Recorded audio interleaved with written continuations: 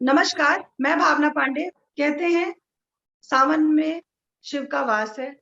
अगर शिव मिल जाए तो कोई भी आस नहीं है। शिव सर्वत्र है, शिव अनंत है, शिव अधीश्वर है। वो हम में है, वो तुम में है, वो कण कण में है। आज सावन का पहला सोमवार है और आज इस खास मौके पे हमारे बीच उपस्थित हैं महंत शंभुनाथ दीक्षित जी। शंभुनाथ दीक्षित वाराणसी महामृत्युंजय मंदिर के महंत हैं। महंत जी, सबसे पहला क्वेश्चन हमारा ये है कि आखिर सावन के सोमवार की महत्ता क्या है? श्रावण का सोमवार, ये श्रावण नक्षत्र होता है हमारे यहाँ। श्रवण नक्षत्र, जी श्रवण नक्षत्र से इस मास का नाम श्रावण पड़ा है। जी ये श्रावण मास जो है, ये वृष्टि वर्षा ऋतु में आता है। ये है जी जी वर्षा ऋतु में आने के साथ साथ ये जब वर्षा होगी पृथ्वी पर, हेलो, है, जब वर्षा होगी तभी अनाज उत्पन्न होते हैं। जी तो हमारे यहाँ श्लोक में कहा गया है, अन्नै प्राणा प्रतिष्ठन्तु, अन्नै प्राणा क्षरन्तु च। जी अन्न में ही प्राण बसा है। अन्न से ही हर मनुष्य हो या पशु हो, सब प्राण अन्न में ही कहे गए हैं। अन्न उपजता है, ये वर्षा ऋतु हुई है क्या। अब ये इस मास में जलाभिषेक का बहुत ज्यादा महात्मा है। महादेव को जल धारा शिव प्रिया, जी जल की धारा महादेव को सर्वाधिक प्रिय है।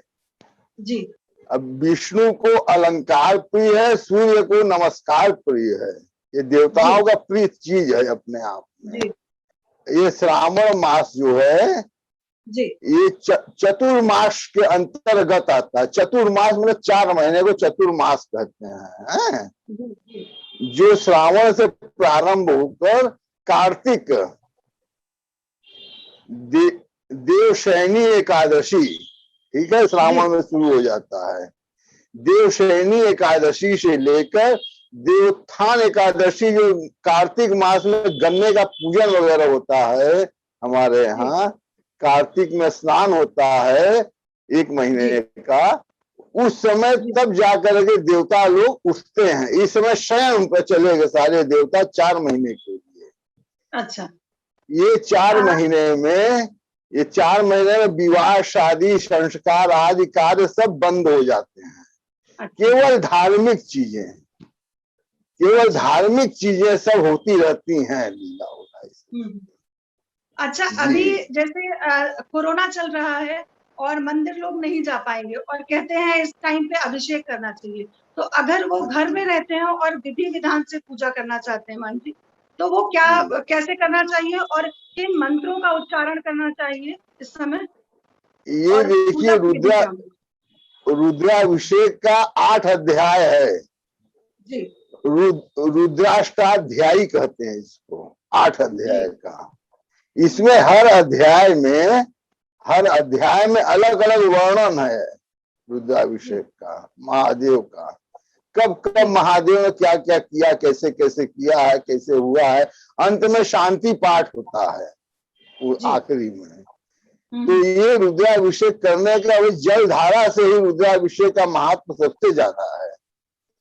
अच्छा। आप देखे होंगे कि कोई सिंह के आकार का हाथ में लेकर के लोग जल भर देते हैं, उसमें वो जल धारा चलता है महादेव पर, ब्राह्मण द्वारा पाठ होता है 8 अध्याय का। जी 8 अध्याय का पाठ होता है। उसके बाद शांति अध्याय है, महादेव का 1650 पूजन होता है जी। महादेव का 1650 बोले। अगर घर में है तो हम कैसे विधिवत पूजा करें, क्योंकि कई ये भी मान्यता है कि घर में शिवलिंग को नहीं रखना होता है। नहीं, नर्वदेश्वर, 1 मिनट, हाँ, ये एक शिवलिंग होता है नर्वदेश्वर जी। नर्वदेश्वर शिवलिंग को रखा जा सकता है। अच्छा। प्राण प्रतिष्ठा स्थापित लिंग नहीं रखना चाहिए जी जी। तो स्थापित होता है जो प्राण प्रतिष्ठा से, वो नहीं रख, क्योंकि अगर उसको आप रखेंगे तो उसका फिर आपको सुबह में शाम में भोग आरती नैवेद्य ये सब करना बहुत अनिवार्य रहता है। और नर्मदेश्वर जो होते हैं, जैसे शालिग्राम कथा सुनते हो ना सत्यनारायण का, से नर्मदेश्वर महादेव अर्घ्य में ऐसे रखते हैं, पूजन कराते हैं, मतलब उठौआ शिवलिंग जिसे कहते हैं, उसको घर में रखा जा सकता है। और हम ब्राह्मण लोग उसी नर्मदेश्वर पर ही घर घर जाकर के अभिषेक कराते भी हैं। कोरोना काल है। अच्छा, ये जी, कोरोना काल है, मंदिर आना संभव है नहीं है, गाइडलाइन है तमाम प्रकार की, लोग बैठने देंगे नहीं बैठने देते हैं, सरकारी जान ही रही है अड़ंगा कितना चलता है। तो इसलिए घर पर अगर करना है तो ब्राह्मण को बुला लिया, 2 को 5 को संख्या होती है इसमें, कोई है तो 2 ब्राह्मण से करा लिया, कोई 5 ब्राह्मण से, कोई 11 ब्राह्मण से कराता है। इसमें पाठ की संख्या भी आती है ना, जैसे 5 ब्राह्मण करेंगे तो 5 पाठ हो गया आपका, 2 करेंगे तो 2 पाठ हो गया, 11 करेंगे तो एकादश हो जाता है पाठ आपका। ऐसे ऐसे है। अगर घर पर जाते हैं तो 1650 में पूजन सामग्री है, पंचामृत है बाबा का, दूध दही शहद घी ये सब पंचामृत का हो गया, गुलाब जल है, इत्र है, रोरी है, नावा है, मौली है, ये सब यज्ञोपवीत है, वस्त्र है, भोग है, फल फूल मेवा ये सब लगता है भोग बाबा का। ऐसे होता है ये। हनुमान जी ये जानना चाहेंगे कि भोले शंकर को क्यों सावन बहुत प्रिय है? सावन महीना इसीलिए प्रिय है महादेव को भी। देखिए काशी में महादेव की नगरी सबसे प्रिय लगी है। श्रावण महीना इसीलिए उनको प्रिय है कि समुद्र मंथन के समय जब महादेव ने विष पान किया था, जब विष पान किया था तो उनका जलाभिषेक उसी समय देवताओं ने किया है कि वो विष की शांति के लिए। जी जी। तो ये वर्षा ऋतु जब होती है ना तो महादेव को इसीलिए जल धारा शिव प्रिया मैंने कहा, वही जल ही इस समय महात्म ज्यादा है, समझ लीजिए जल का। अच्छा। मतलब वर्षा ऋतु में ही जल का होगा, इसलिए महादेव श्रावण महीना सबसे ज्यादा प्रिय है। और श्रावण महीना ब्राह्मणों के लिए एक श्रावणी पर्व आता है हमारा, जैसे 4 पर्व कहे गए हैं जी। मतलब दीपावली वैश्यों के लिए है, विजयादशमी क्षत्रियों के लिए कहा गया है, और जो होलिका दाह है ये शूद्रों के लिए कहा गया है हमारे यहाँ।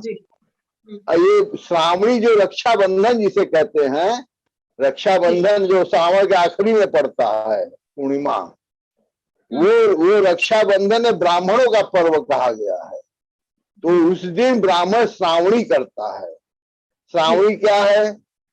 जैसे कर्मकांडी ब्राह्मण है हम, जैसे पूजा पाठ संकल्प कराने वाला है, संकल्प का जो पूजन आदि करता है। देखिए कोई भी धर्म कार्य पूर्ण रूप से पूरा नहीं होता है, ये मैं कटु सत्य बता रहा हूँ।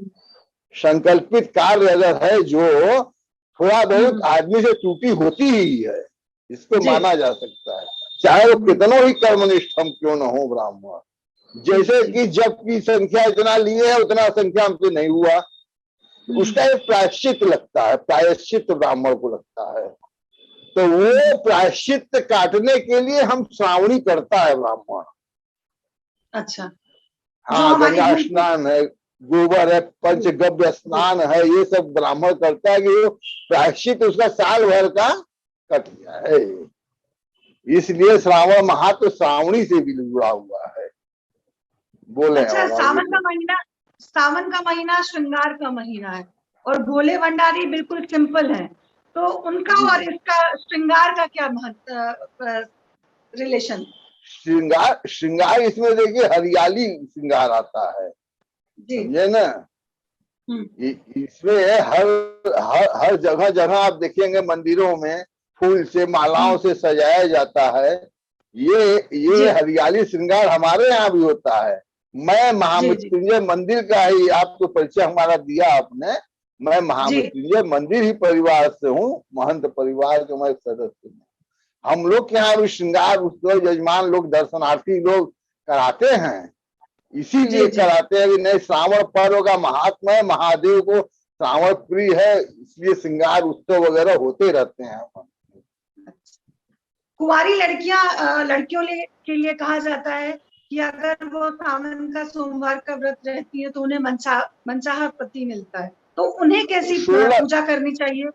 16 सोमवार, हाँ 16 सोमवार का व्रत आता है मैडम जी। 16 सोमवार का व्रत करने पर के बाद उसका पूजन फिर करना पड़ता है व्रत।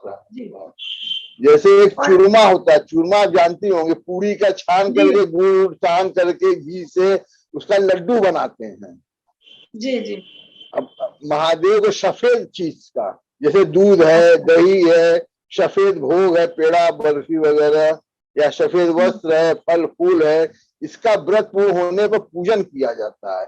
ये 16 सोमवार का व्रत के अंतर्गत आता है, जो कि अपने मनो इच्छा वांछित फल उनको मिलता है। अच्छा, क्या सुहाग का सामान भी चढ़ाना चाहिए अभी सावन के सोमवार में कुंवारी लड़कियों? जी हाँ, बिल्कुल बिल्कुल, भगवती को चढ़ाना चाहिए। भगवती कौन है? सुनिए, नहीं मतलब जो अर्घा है बाबा का जी, महादेव के बीच में है, एक लिंग के बीच में है, या ध्यान दीजिएगा। और जो अर्घा है वो पार्वती स्वरूप कहा गया है हमारे। अच्छा, तो वहां पे अर्घा जो है बाबा का, जिसमें शिवलिंग है स्थापित, उसको पार्वती स्वरूप कहा गया है हमारे यहाँ, अर्धांगिनी माँ। अच्छा। उसी, अरे ये शिवलिंग बहुत ही, इसका कथा दूसरे टाइप से भी है। अब हम थोड़ा सा, जैसे मैं कहूँ आपको, कुछ ऐसा नहीं हो जाएगा, समझ बात ये लिंग उसमें स्थापित किया भया है, समझ लीजिए। बहुत बहुत विकराल ये लिंग रहा, किसी से संभाले नहीं संभाला जाता रहा ये लिंग उस समय। महादेव लिंग स्वरूप जब हुए हैं तो बहुत विकराल चीज है ये। तो उसको मां ने धारण किया है, वही अर्घा वो है, पार्वती स्वरूप कहा गया है। अच्छा, सावन के लोग व्रत रहते हैं सावन के सोमवार में, तो सोमवार में कहते हैं शिव भगवान नमक नहीं पसंद करते, मतलब नमक नहीं खाना चाहिए।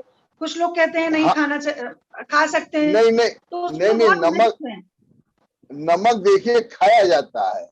सोमवार को केवल शाम को एक बार व्रत तोड़ना चाहिए जी, केवल शाम को। दिन भर कुछ मत खाइए, नमक नहीं खाना चाहिए दिन भर में। फलहार वगैरह, जो कुटू का खीर वगैरह है, दूध दही है, मीठा उठा डाल करके फल वल खा लीजिए, ये सब खाए। मतलब शाम को जब पारण करिए, इसका पारण के समय भोजन अवश्य करना चाहिए। अनाज से ही वो व्रत टूटता है। अच्छा। अनाज खा के पारण करने पर ही वो व्रत टूटता है। अच्छा। ऐसा है। सावन में क्या चीजें वर्जित हैं सावन के सोमवार के व्रत में? देखिए व्रत में वर्जित अगर देखेंगी, जैसे कि आपके वो इंग्लिश में तो नॉन वेज वगैरह क्या करते हैं, कोई भी ऐसा चीज, प्याज लहसुन नहीं खाना चाहिए, वर्जित है इसमें। कोई भी तामसी चीज है, तामसी भोजन नहीं करना चाहिए। हाँ, तामसी भोजन, जैसे फास्ट फूड जिसे कहते हैं आप लोग, वो सब जो है वर्जित इसमें हो जाना चाहिए। कोई लोग हमारे यहाँ मैडम 1-1 महीना का व्रत रखते हैं श्रावण मास का। जी जी, 1-1 महीने का भी व्रत लोग रहने वाले रहते हैं, अशुद्ध रूप से रहते हैं। नित्य बाबा को जल चढ़ाना, महादेव को बिलपत्र बड़ा प्रिय है। जल बिलपत्र चढ़ा दीजिए तो बहुत निहाल हो जाते हैं बाबा का, ऐसा कथन है महादेव का। जी जी, हाँ, ऐसे करने वाले लोग व्रत को नियम संयम से 1 महीनों तक रहते हैं व्रत को। नहीं तो कोई लोग सोमवार केवल रहते हैं। जी, तो अगर चाहते हैं तो हम सावन के पूरे महीने व्रत रह सकते हैं, नहीं तो सावन के सोमवार पे हमें व्रत है। हाँ, दोनों पक्ष है, जो भी आप निर्वाह कर लें। जी, तो सबसे प्रिय उनको बेलपत्र है भोले भंडारी को, और जल है। तो हम अगर अगर कुछ कर पाते हैं तो हम एक अभिषेक जल और बेलपत्र चढ़ाकर कर सकते हैं। हाँ, 5 ठो 11 ठो बेलपत्र ले लीजिए, एक पात्र में गंगा जल या कुएं का जल भी चढ़ता है, कल का जल नहीं चढ़ना चाहिए जी, नल का पानी तो नहीं। अगर नॉर्मल जल है लोगों के पास, अगर कुएं का जल नहीं है, तो उसमें क्या गंगा जल मिला सकते हैं, क्या कर सकते हैं? हाँ हाँ, ये भी है, गंगा जल में वो जल मिलाइएगा। जी जी, गंगा जल में वो जल मत मिलाइएगा। जैसे नल का पानी हमने भर दिया 1 गिलास, मान लीजिए उदाहरण, ठीक है, उसमें गंगा जल छोड़िएगा, उसमें मत छोड़िएगा। गंगा जल नीचे है, भीतर 2 बूंद या 1 चिम्मच डाल दिया, अब उसमें उसको मिला दीजिए, वो पानी को, सब गंगा जल हो जाता है। क्योंकि देखिए एक चीज हमको याद आ गई, गंगा 3 जगह अपवित्र हो जाती है जो अपना अस्तित्व खत्म कर देती है। चर्म पात्रे, ध्यान दीजिएगा, चर्म पात्रे, सुरा भांडे, कूपोदक विनिष्ठिता, 3 जगह, चमड़े के पात्र में रखने पर, असुरा मतलब मदिरा के बर्तन में रखने पर, मदिरा पिए है, पीने चीजें उसमें डाल दिया, वो अशुद्ध हो गई। अब कूपोदक, कुएं के जल में भी नहीं मिलाना चाहिए, अच्छा, वो विनष्ट हो जाती है, अपना अस्तित्व खत्म कर देती है। इसलिए गंगा में सब मिला है, गंगा किसी में नहीं मिली है। गंगा में सब मिलते मिलते गंगा सागर नामकरण हो गया है। समझ गए नहीं समझ गए? छोटी छोटी तमाम नदियां मिलते मिलते मिलते एक होकर के वो जब गिरती हैं खाई में जाकर के, तो वो गंगा सागर के नाम से जानी जाती है, वो सागर का स्वरूप ले लेती है। शिव भगवान को भोले भंडारी क्यों कहा जाता है महान जी, हम ये जानना चाहेंगे। ये भोले भंडारी, देखिए श्री महादेव को सृष्टिकर्ता संहार करता है, ये दोनों कहा गया है। बाबा सृष्टिकर्ता भी है और बाबा संहार भी करते हैं, दोनों उनको बनाया गया है जी।